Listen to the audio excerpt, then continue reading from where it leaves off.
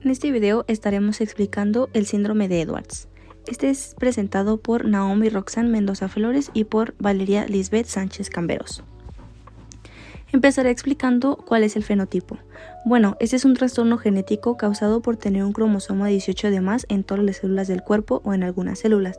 El síndrome de Edwards se caracteriza por tener bajo peso al nacer y ciertos rasgos inusuales, como una cabeza pequeña con una forma normal, mandíbula y boca pequeña, puños apretados con dedos superpuestos y defectos en el corazón, los pulmones, los riñones, los intestinos y el estómago.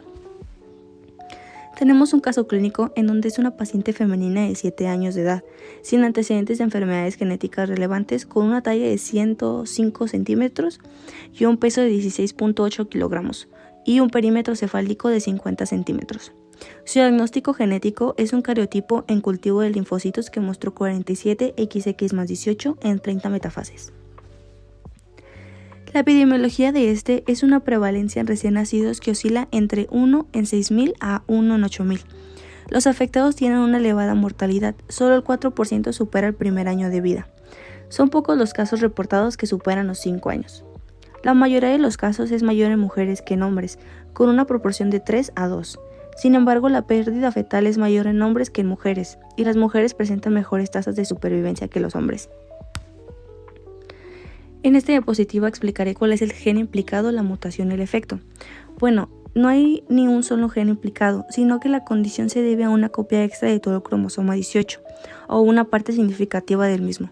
Eso significa que todos los genes localizados en ese cromosoma están presentes en 3 copias en lugar de 2 habituales.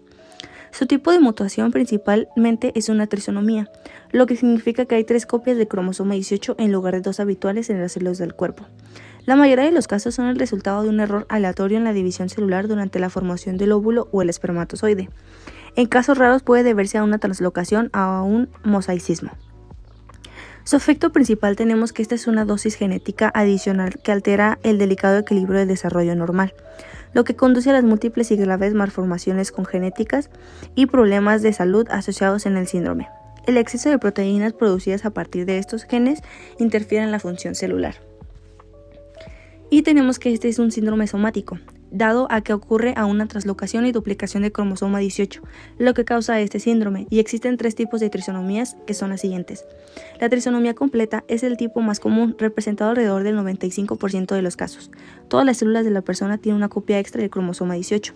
Tenemos en segundo lugar la trisonomía en mosaico, que es el segundo tipo que se considera más común y ocurre cuando solo algunas células tienen el cromosoma 18 adicional. Y esta tiene una gravedad de los síntomas que puede variar, pero a menudo son menos severos que las trisonomías completas. Y la trisonomía parcial, que este es un tipo muy raro en el que una persona tiene una parte de un cromosoma 18 adicional en lugar del cromosoma completo.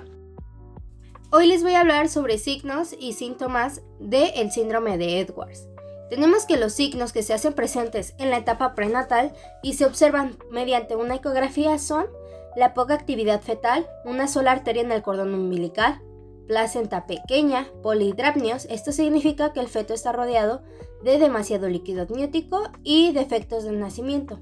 Los signos que se presentan después del nacimiento son hipotonia, esto se refiere o hace referencia a la disminución del tono muscular, orejas bajas, órganos que se van a fusionar de manera diferente, como el corazón y los pulmones, problemas en el desarrollo cognitivo, desarrollando discapacidades intelectuales, dedos superpuestos y o pies zambos, que podemos observar unas imágenes de este lado, y un tamaño físico pequeño, principalmente de cabeza, boca y mandíbula.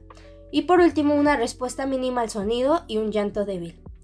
Como síntomas graves que se desarrollan a partir de este síndrome son las cardiopatías congénitas y enfermedades renales, anomalías respiratorias, problemas en el tracto gastrointestinal y defectos del nacimiento, hernias y escoliosis.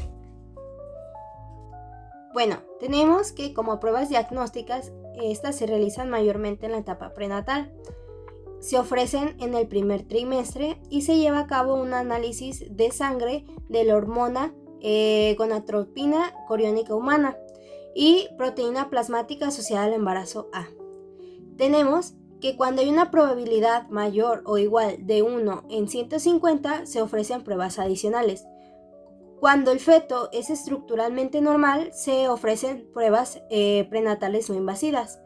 y cuando hay anomalías en el feto en la ecografía, se requiere un proceso invasivo que va a incluir la amniocentesis o la biopsia de vellosidades coriónicas. Tenemos que en la prueba prenatal no invasiva, esta se va a realizar en la semana 10 de gestación.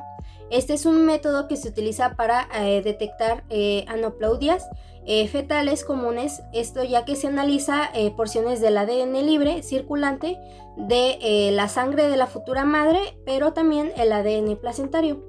Esto van a permitir a los médicos determinar si existen exceso de fragmentos de ADN, ya que se van a separar estos para ver si hay excesos o no de cromosomas.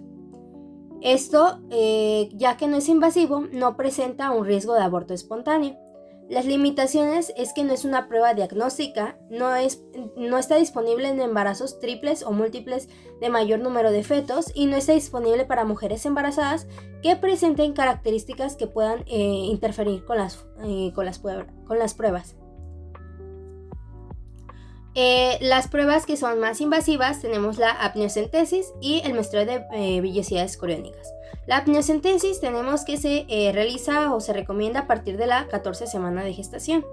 Esta se realiza por un profesional en el cual va a utilizar una aguja para extraer una pequeña cantidad de líquido amniótico para posteriormente mandarlo a analizar en un laboratorio y detectar ciertas afecciones específicas. En el caso del muestreo de vellosidades coriónicas, se va a realizar a partir de la semana 10 de gestación hasta el final del primer trimestre. Se va a tomar una pequeña biopsia o muestra de las células de la placenta y va a ayudar esto a la detección de cromosomas adicionales o faltantes por medio del cariotipo. Tenemos que estas dos tienen un 99% de precisión en la detección de la condición. Sin embargo, al ser invasivas, pueden presentar cierto riesgo de producir un aborto espontáneo.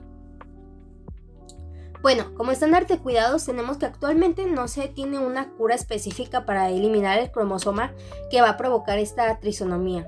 Sin embargo, existen manejos o cuidados que van a mezclar el tratamiento paliativo y el soporte multisistémico. Dentro de estos encontramos un tratamiento rehabilitador, el cual encontramos la fisioterapia respiratoria, el tratamiento postural, técnicas de relajación del tono muscular, cinesterapias, tratamiento postural, corsets, instalación de postura correcta en el paciente, entre otros. Como terapias tenemos que no encontramos o no se encuentra actualmente terapias dirigidas o terapias genéticas, ya que no existen unas específicas que aborden este síndrome o esta trisonomía. Sin embargo, hay algunas que todavía se encuentran en fase experimental, pero están mayormente dirigidas hacia la trisonomía 21 o a personas que viven con síndrome de Down. Los investigadores mencionan que también en algún momento se pueden llegar a implementar a los pacientes que presentan una trisonomía 18. Sin embargo, todavía está en una prueba experimental y no ha sido aplicada en humanos. Estas son nuestras referencias bibliográficas y muchas gracias por su atención.